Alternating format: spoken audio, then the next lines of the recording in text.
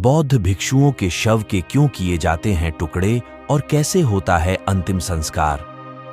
दुनिया भर में अलग धर्मों के लोग अलग तरीकों से अंतिम संस्कार करते हैं।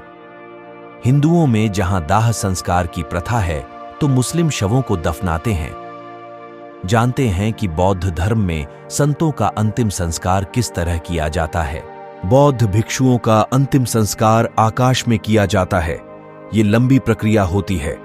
दुनिया भर में रहने वाले अलग अलग धर्म के अनुयायी अपने अपने तरीके से जीवन जीते हैं।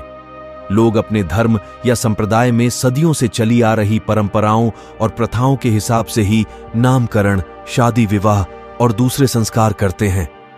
वहीं मृत्यु के बाद अंतिम संस्कार की भी सबकी अपनी अपनी परंपराएं हैं। समय के साथ कुछ परंपराओं को लोगों ने बदल दिया, लेकिन कुछ आज भी जस की तस निभाई जाती हैं।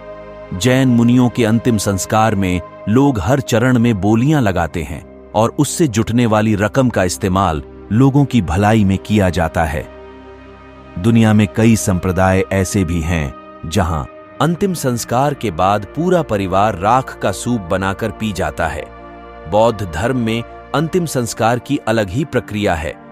दुनिया भर में माने जाने वाले ज्यादातर धर्मा और संप्रदायों में मृत्यु के बाद या तो शव का दाह संस्कार किया जाता है या उसे दफना दिया जाता है। हालांकि अंतिम संस्कार के लिए इनके अलावा भी कई तरह की प्राचीन परंपराओं को लोग आज भी निभाते हैं। ऐसी एक परंपरा के तहत बौद्ध धर्म में संतों और साधुओं के साथ ही आम लोगों के अंतिम संस्कार की प्रक्रिया काफी अलग है। यहां मृत्यु के बाद ना तो शव को दफनाया जाता है और ना ही जलाया जाता है। शव के कर दिए जाते हैं छोटे छोटे टुकड़े। बौद्ध धर्म में व्यक्ति की मृत्यु के बाद शव को काफी ऊंची जगह पर ले जाया जाता है। बौद्ध धर्म के लोगों का कहना है कि उनके यहां अंतिम संस्कार की प्रक्रिया आकाश में पूरी की जाती है। इसीलिए शव को बहुत ऊंची चोटी पर ले जाया जाता है।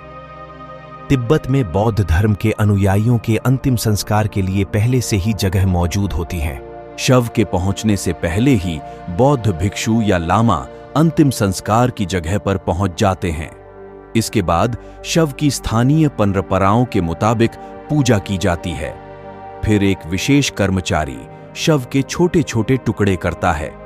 इस विशेष कर्मचारी को बौद्ध धर्म के अनुयायी रोग्यापस कहते हैं। शव के टुकड़ों को जौ के आटे में मिलाते हैं। शव के छोटे छोटे टुकड़े करने के बाद रोग्यापस जौ के आटे का घोल तैयार करता है। इसके बाद टुकड़ों को इस घोल में डुबाया जाता है। फिर इन जौ के आटे के घोल में लिपटे शव के टुकड़ों को तिब्बत के पहाड़ों की चोटियों पर पाए जाने वाले गिद्धों चीलों का भोजन बनने के लिए डाल दिया जाता है। जब गिद्ध और चीलें उनके टुकड़ों में से मांस को खा लेते हैं तो बची हुई अस्थियों को पीसकर चूरा बनाया जाता है। इस चूरे को फिर से जौ के आटे के घोल में डुबोया जाता है और पक्षियों का भोजन बनने के लिए छोड़ दिया जाता है। जौ के आटे के घोल में लिपटे शव के टुकड़ों को तिब्बत के पहाड़ों की चोटियों पर पाए जाने वाले गिद्धों चीलों का भोजन बनने के लिए डाल दिया जाता है। अंतिम संस्कार की ऐसी परंपरा क्यों? तिब्बत में बौद्ध धर्म के अनुयायियों के अंतिम संस्कार की इस जटिल परंपरा को मानने के पीछे कई कारण हैं। जानकारों के मुताबिक तिब्बत बहुत ऊंचाई पर बसा होने के कारण यहां पेड़ आसानी से नहीं पनप पाते हैं। ऐसे में शव का दाह संस्कार करने के लिए लकड़ियां इकट्ठी करना यहां आसान नहीं है। आप कह सकते हैं कि अगर लकड़ी नहीं मिलती तो शव को दफनाया जा सकता है। तो बता दें कि तिब्बत की जमीन पथरीली है। ऐसे में कब्र लिए गहरा गड्ढा खोदना बहुत मुश्किल काम है। इन सब व्यवहारिक कारणों के अलावा बौद्ध धर्म की एक मान्यता के कारण भी अंतिम संस्कार की अजीब परंपरा आज भी निभाई जा रही है।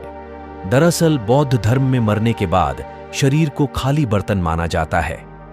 माना जाता है कि शव को छोटे टुकड़ों में कोटकर पक्षियों को खिलाने से उनका भला हो जाता है। अंतिम संस्कार की पूरी प्रक्रिया को बौद्ध धर्म में आत्म बलिदान कहा जाता है। वीडियो पसंद आया हो तो लाइक, शेयर एंड सब्सक्राइब जरूर करें। ओम नमो बुद्धाय।